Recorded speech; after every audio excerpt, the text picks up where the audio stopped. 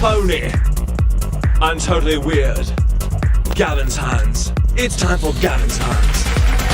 The notion of agency, that we're not bystanders in the world. It's decisions, not conditions, that determine our fate and future. And that fundamental notion of agency, I think, is important more broadly. And I think that goes to some of the issues around, victimization. And I see a lot of that, respectively, on the right, increasingly, even with Trump often approaching things from. Everybody's saying it.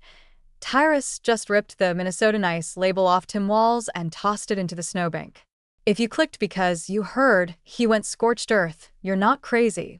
That's exactly what happened. The core news is simple. After a string of tough guy soundbites about being fierce and pushing back on bullies, Tyrus unloaded on Walz, on the persona, on the policies, on the performance. What I saw, what it looked to me like he was negotiating with a deaf performance, and he did it with the kind of brutal, comedic precision that makes people lean in and say, okay, but is he wrong? That's the question that matters right now, because this isn't just another loud monologue. It's a stress test of a brand that's been sold as steady-handed, small entry. You can watch the tape. Yes! He literally goes, I want some of this, then you do some of this, and I'll do some of that back to you, and then we'll do this, and then I'll pay you, and then we'll do it again. True. And then she kept saying, no. Okay, how about this? You do this one first, then we do this one, then we give a little back and forth. Town. Cardigan level normal. Here's why it matters. When a politician markets himself as the compassionate coach-teacher vet next door and the receipts don't match, trust isn't nicked, it's punctured. And when that happens, the story stops being about one governor and starts being about how politics gets packaged for you. So here's what we're going to do. I'll show you the moments that cracked the image, those lockdown contradictions you felt in your bones. The hair of a shampoo advertisement. Did he leave out anything? I think there's about 100 other reasons too. Well, it's not his words when he speaks. Yeah. You have to watch him closely. And some genius decided not to film him any lower than the shoulder. Yes, did you? Yes. So what did he do? You couldn't see the hands. No, but he. The law and order wobble when the streets were on fire. The tax talk that sounds pro-worker until the bill shows up at your kitchen table. Then we'll pull the camera back and ask the bigger question Tyrus is really poking at. Is this about Walz, or about a whole industry of leaders who rehearse empathy like a monologue and expect you not to notice? Stick with me, because there are at least 3 reveals coming that will change how you watch the next press conference, especially the one about... I'll be in the car. Yes, I think you've done enough this evening. You can take the rest of the week off. Thank you. Charlie, We've all been there, right? Yes, we have. Yeah, it's noisy in this Sorry, city. every time I look, I just see him going. I'm sorry. You know, another option it could be, because he's doing the whole rebrand with the podcast and he's trying to... about everyman optics that suddenly look like stagecraft. Ready? Let's walk through the smoke and see what's behind the mirror. Here's the first jolt. The second best point to start with, because it's the most familiar and the easiest to feel in your gut. Picture Minnesota during the pandemic. Gyms locked. Church pews roped off. Meanwhile, your corner liquor store stayed open like it had diplomatic immunity.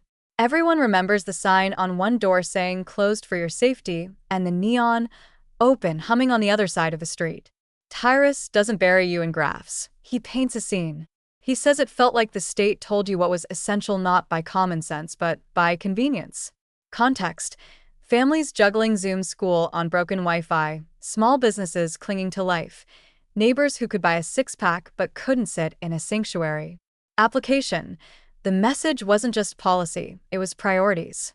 A lot of people heard, "We trust you to buy bourbon, but we don't trust you to sit 6 feet apart and pray." Framing: expectations versus reality. The expectation was measured leadership from the calm dad governor. The reality looked like rules drawn with a highlighter that bled through the page. And Tyrus just keeps tapping the page, saying, "Do you see the bleed marks now that someone pointed them out? Once you see them, you can't unsee them." But the strongest point, the one he swings second because it lands hardest, is what came after. The streets boiled. Businesses burned. Minnesota's nerves were a live wire after George Floyd's death, and leadership was supposed to be the surge protector. Instead, What people remember, fairly or not, is drift. A press conference tone here, a different tone there. Orders that read like they were written mid-stride. Tyrus's picture is cruel because it's sticky. A governor holding a garden hose at a 5-alarm fire, hoping the wind shifts. Context: shop owners sleeping on their floors to protect a lifetime of work, neighborhoods on edge, a national camera pointed straight at Minneapolis. Application: when public order cracks, households rewrite their futures, where they live, whether they rebuild, how they vote. Framing: the gap between the marketed leader and the moment is where trust either compounds or collapses. The expectation was command presence. The reality looked like committee language with sirens in the background. That's not a partisan feeling.